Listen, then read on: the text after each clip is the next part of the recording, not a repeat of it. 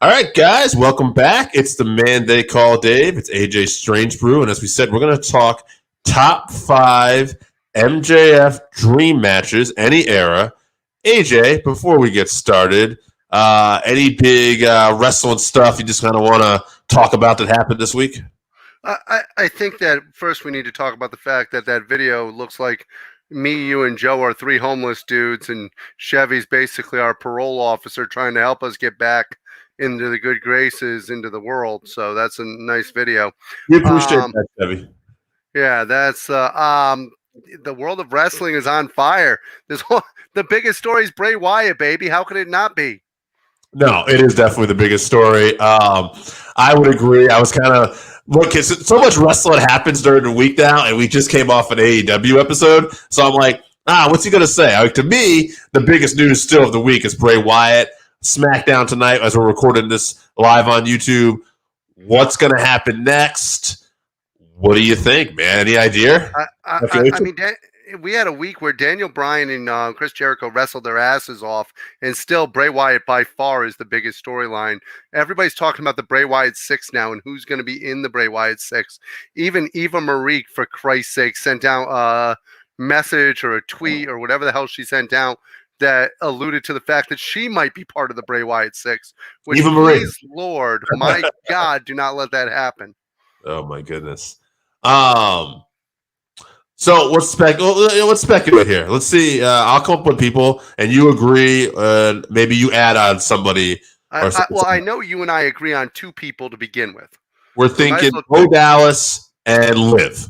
Liv, absolutely. And then I know there's another 2 on top of that who are being brought in from Ring of Honor who have been backstage all week that you and I also agree would be good fits. Yeah, Vinny from Impact and Ring of Honor, Vinny Marceau, and Dutch, who was his tag team partner. Got a good look at him. Here's a fun fact. So producer Joe, I don't know if he's watching right now or not, but he's doing the PWI segment again next week with the PWI 500. I actually bought the PWI 500 today. I was at Stop and Shop. I was bored. I'm like, let me pick it up. Some old time sakes. Check this out. And there was a section. It was called Experience in there. And who had experience? They had Doug William and all his years on that. Vinny Marcello was in there. He's been wrestling for 24 years.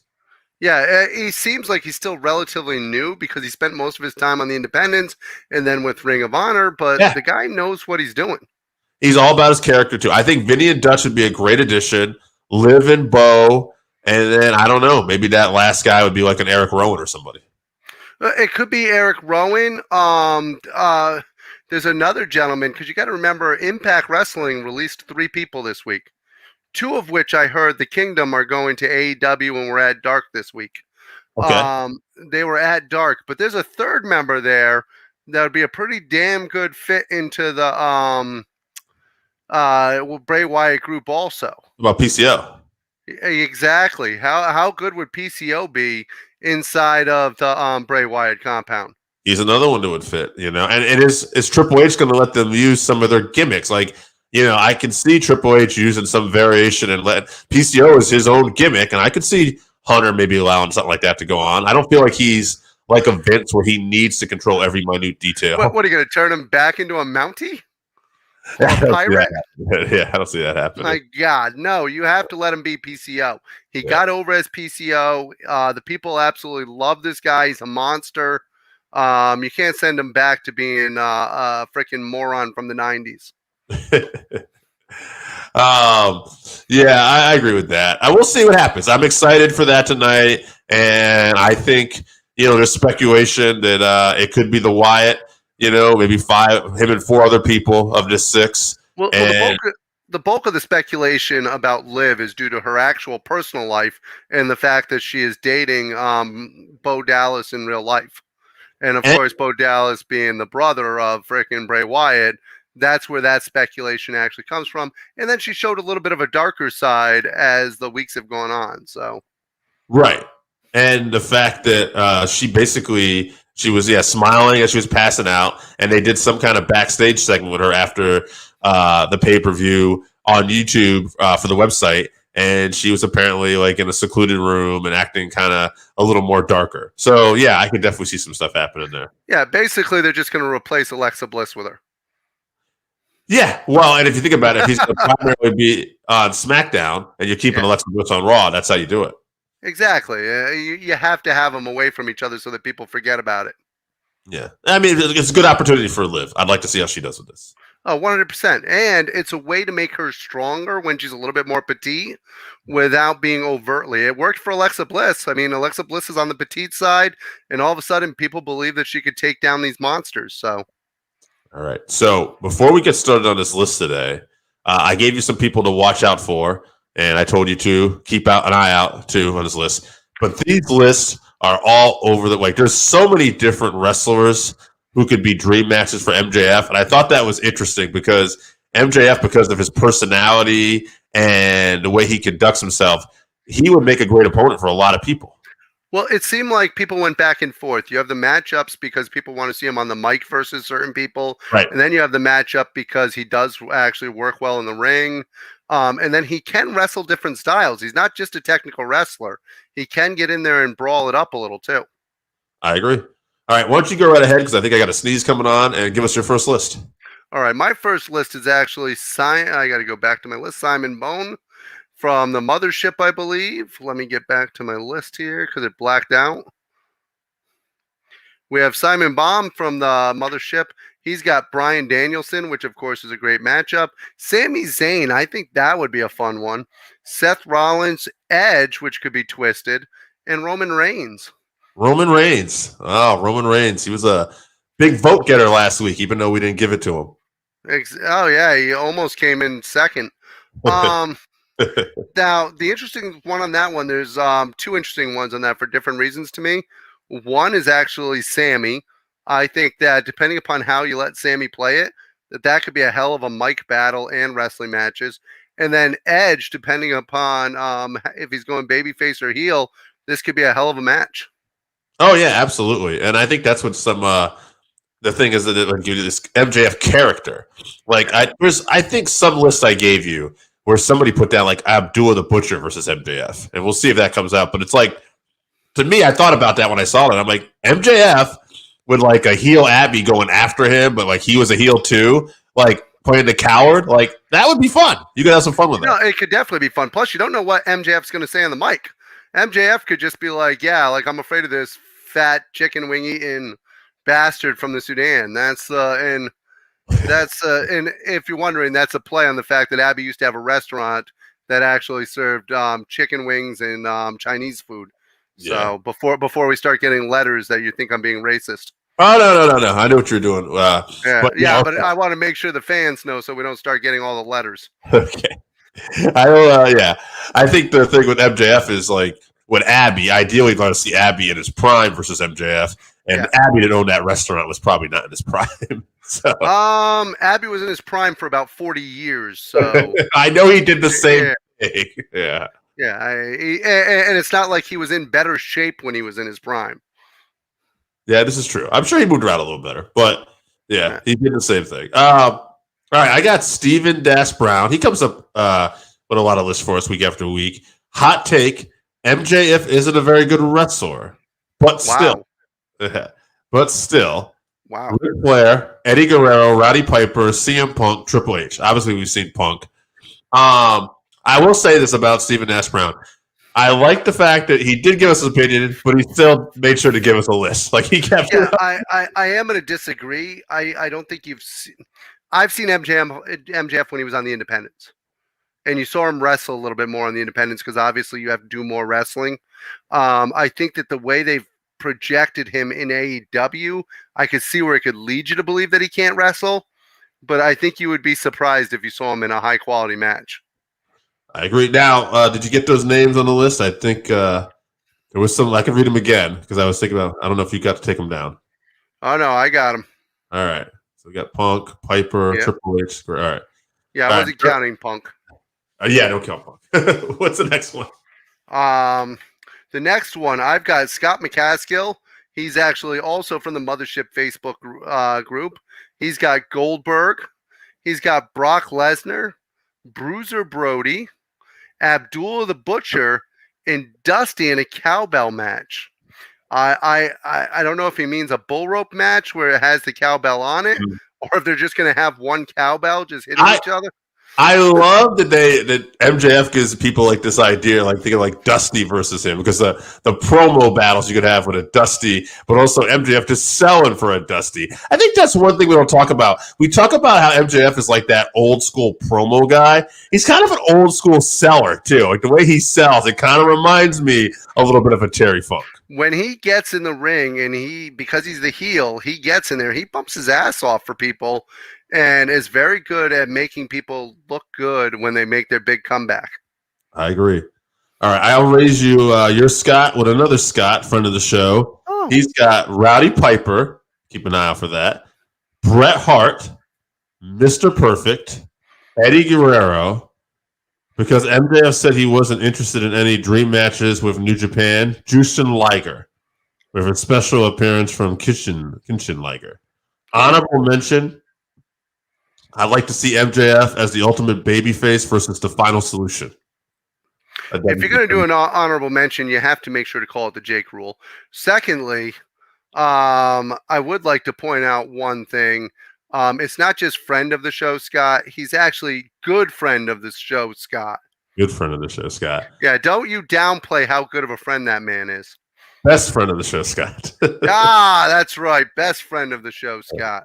That's and then we also have, I assume I'm going next, Christopher Colmu for the Mothership Facebook group. He's got Nick Aldis, which would be a good one.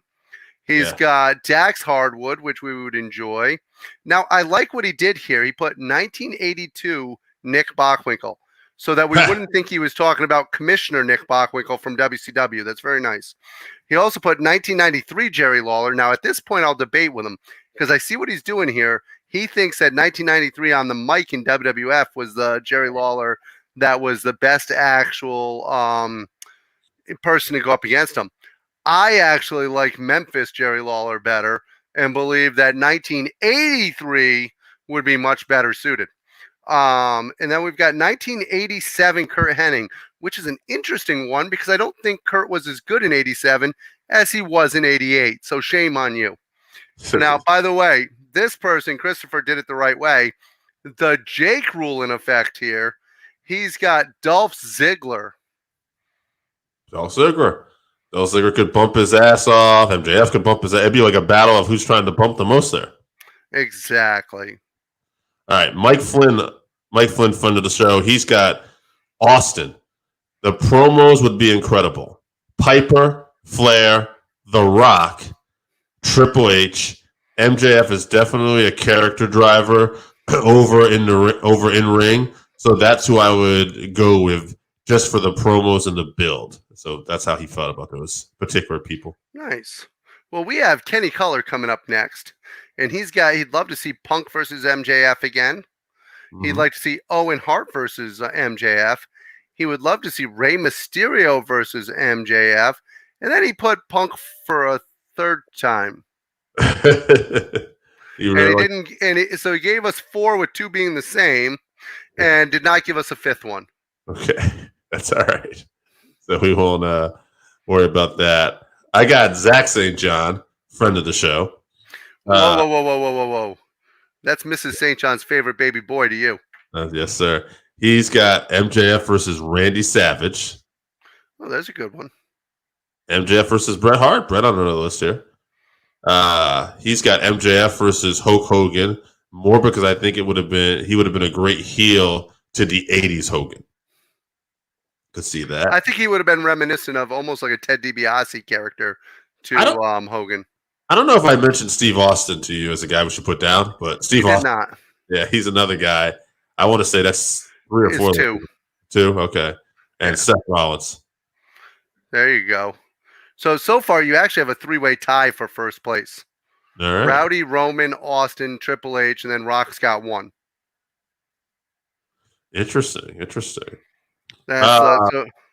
So I've got Brandon New booking the Territory Facebook group. Now, he's got one that is actually going to make my list on there, so I'm a little annoyed that I'm reading this.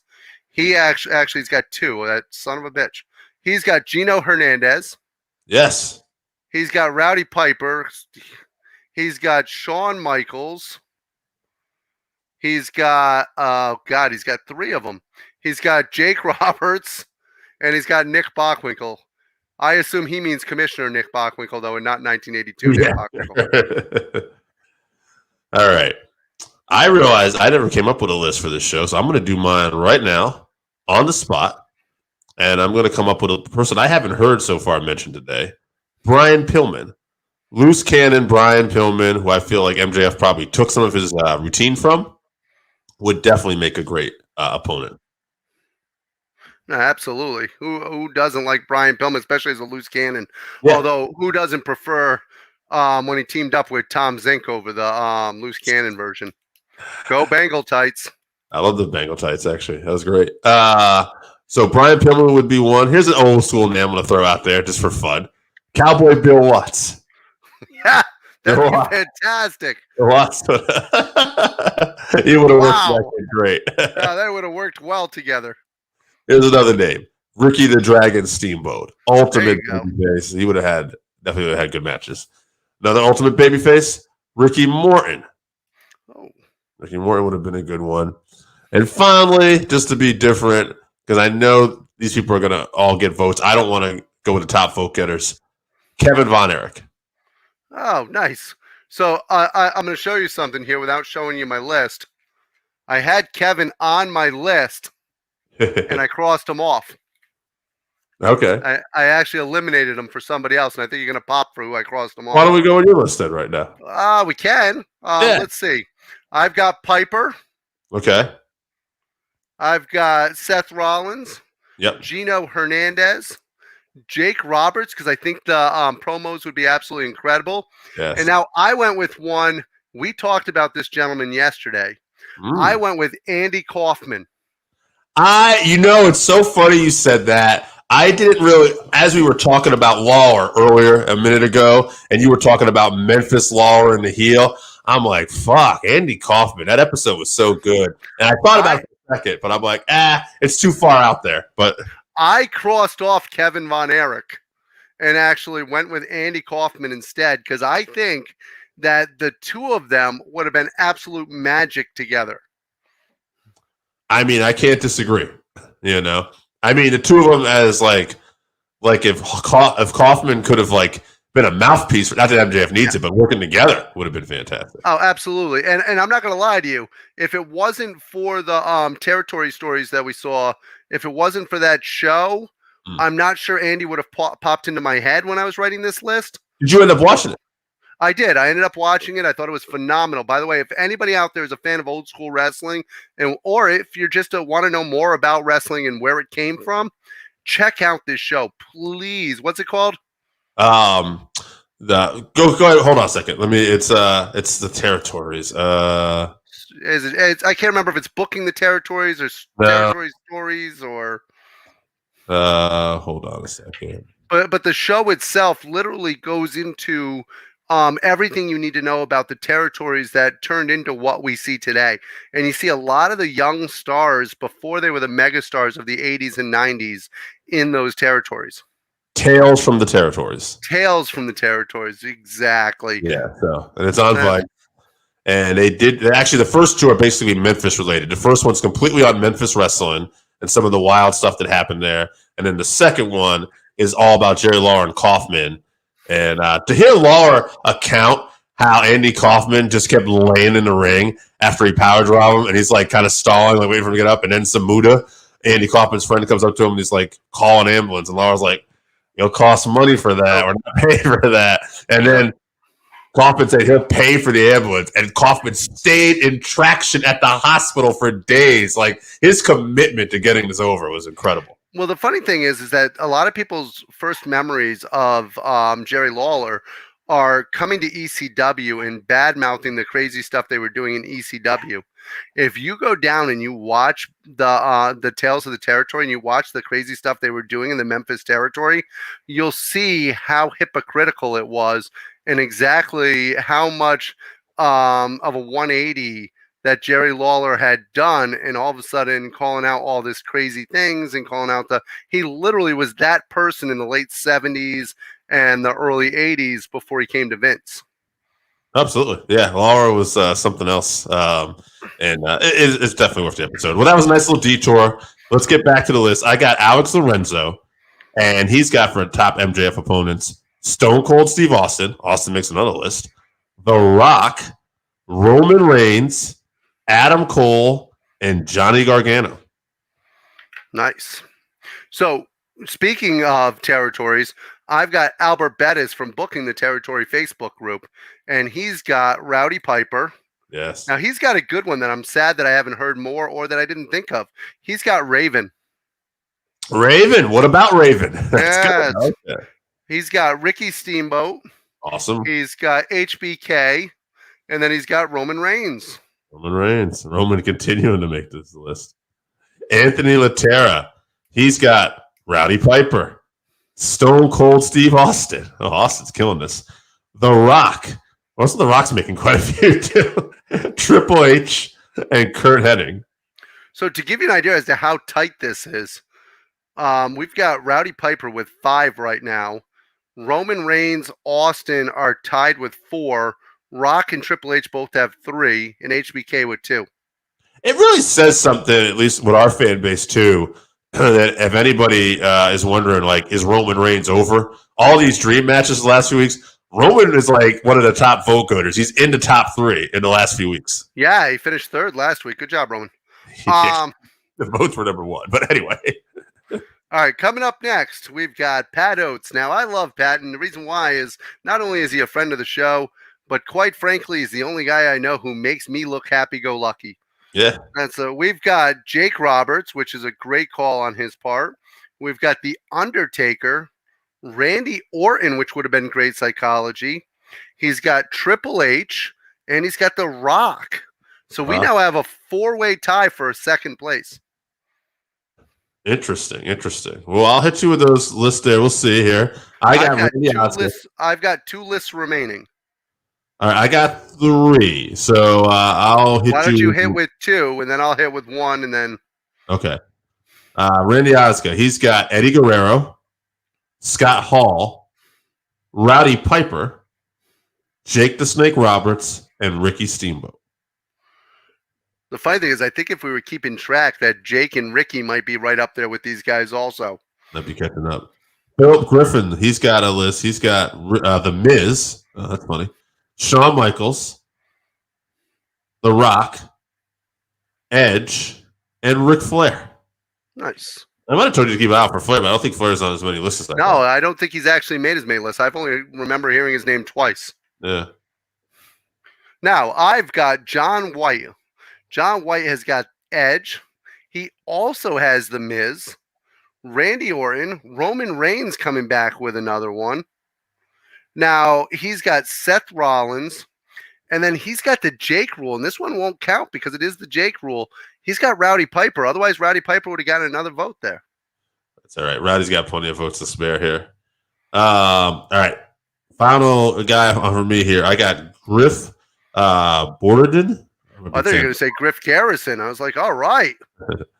Yeah, Griff Borden. He's got Roman Reigns, Seth Rollins, Rowdy Piper, The Rock, and Triple H. I feel like we kind of missed the boat a little bit with Seth Rollins also. Yeah, I mean, The Rock, Triple H, and Seth Rollins. You might have, I don't know if you started keeping track of The Rock and Triple H, but. Well, Triple H and The Rock I was keeping track of the whole time. Okay. Yeah, they were killing it too. Yeah. And then I've got finishing up strong with the one, the only, ladies and gentlemen, Producer Joe. And he's got Roman Reigns, because why wouldn't he? Seth Rollins with another one. Jeff Jarrett. There's an interesting one. He's got Jonathan Gresham. And here's the one that he got me with. Flip Gordon. Flip Gordon, huh? Interesting, Producer Joe. I'm pretty sure we may have seen Flip Gordon versus MJF at some point on the Independents. On the Indies? Yeah, I think that might have happened for sure. Yeah. So let's go to the tallies, ladies and gentlemen. Because who doesn't enjoy a good tallywhacker? We've got Rowdy Piper. He's actually tied now with Roman Reigns for 7. Okay, so Rowdy and Roman. The Rock is in second place with 6. Triple H with 5. Austin with 4. And then HBK with 3. Okay, so Rock and Triple H are basically okay. So And then if you want to be official, Rowdy and Roman are 1 and 2 because they're tied, and then Rock actually has the third most. let's do a tournament style. Let's add in Triple H for a minute here. And if it was a tournament style, we would do a seeding. So Triple H would be last, and Rowdy and Roman. I will say Rowdy will get the number 1 seed because he's not here. So yeah, if you're gonna do it seed wise, I think it's Rowdy versus Triple H and Roman versus The Rock. All right, so which who doesn't want to see Roman versus The Rock? I yeah, well, we might get to see that. So I will say we're gonna kick out Rock and kick out Triple H. And yes, unfortunately, as great as both of those are, I think that it's just more the way that Roman is right now. I think he's on fire. Yeah, Rock got more votes, so we'll keep him as the third spot, and then we'll have Roman and Piper battle out for number 1. And I feel like this is almost a repeat of last week in the sense that, like, I love Roman, but Roman, like, we could see Roman versus MJF at some point. Like, we don't know that, but it is a possibility these two might cross paths. And whereas I don't think The Rock and Rowdy are ever going to cross paths with MJF unless MJF goes to visit Rowdy's gravesite. Would you like to put The Rock in actually over Roman and put him in the number 2 spot? I actually would, and the reason why is because, like you said, we could see Roman. Yeah. It's not a dream match if it could possibly happen. Yeah, I mean, it is. We haven't seen it, but in a sense, if you're comparing it to ones we know won't ever happen, yeah, I agree with that. I think if The Rock's ever going to work again, it's going to be one more time, and it's going to be with Roman Reigns. Right, I agree with that. All right, so Rowdy Piper is definitely the dream match here, and I think, man, you put this Rowdy as a heel, or MJF as a babyface, or MJF as a heel, you know. You put those two against on the mic versus each other, and then throw them into a match with a dog collar. I think we're going to be good to go. Yeah, I think they would tear it up too. Yeah, that's it. Rowdy Piper, number 1 dream match for MJF. Any closing thoughts for this week? Yeah. Are we going to talk about the PW Illustrated? No. Joe announced that will be next week. So look for that next week. Yes. Yeah, that's actually why I did that, was because I wanted to get that announcement out for people for next week. Yeah, and we'll be doing another top 5 dream match. I forgot to check with producer Joe on that for next week. Bertha Faye will not probably be Bertha Faye. Jimmy Jack Funk. And it will probably not be Jimmy Jack Funk, but how about Billy Jack Haynes? Tune into all our social media, and we'll be hitting you with some of that soon. Duke the Dumpster Drosy, top 5 dream matches. Certainly not. All right, guys, I'm pulling the plug on this. Working Fans Podcast. Check us out on YouTube, Twitter, you name it, audio. We're around. We're the big dogs. Check us out. Don't miss out. Today's day 14 of things you didn't know.